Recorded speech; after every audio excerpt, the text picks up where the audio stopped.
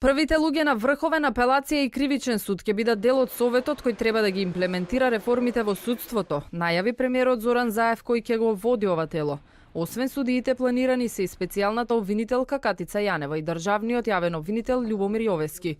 Прашан како советот ќе го реформира судството со председателот на Врховен, кој со неколку одлуки овозможи бегство на обвинетиот СЈО, Заев одговори дека се е минливо и менливо. За мене, почнувајќи од Зоран Заев, па до било кој функционер, се е минливо и менливо.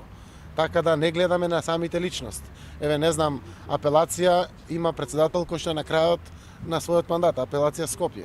Но одиме со апелација. Ние не знаеме дали ќе биде сегашниот председател и колку неговиот мандат ќе обстои или ќе дојде нов. Не се водиме од името и презимето на личностите кои што ги водат институциите. Професорите кои учествуваа во Советот за реформи го критикуваат новото тело со кое ќе раководи премиерот, бидејќи е формирано од луѓе кои биле дел од создавање на проблемите во судството. За професорот Гордан Калајџиев, кој прв го напушти Советот со образложение дека бил само владин декор, сомнителна е најавата за спроведување на реформи кои воопшто и не се донесени.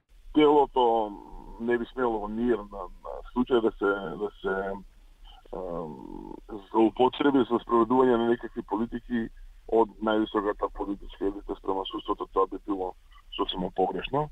А самиот состав на телото е, да речем, колатерална некоја жртва или штета да е составен од припадници на предходната, да речем, елита во судството, која што беше таква како што беше. Професорот порачува дека Советот за имплементација на реформите треба да го води извршната власт преку Министерството за правда, а не директно премиерот кој самиот е обвинет во судска постапка.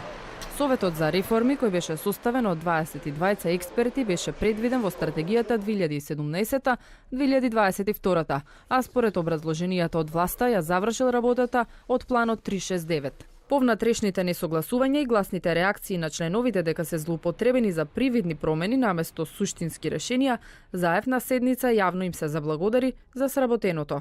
Досега беа изгласани 5 пакет закони од правосудството, но според експертите, најголемите реформи, како што е дефинирањето на улогата на судскиот совет, судбината на СЈО, допрва треба да се случат.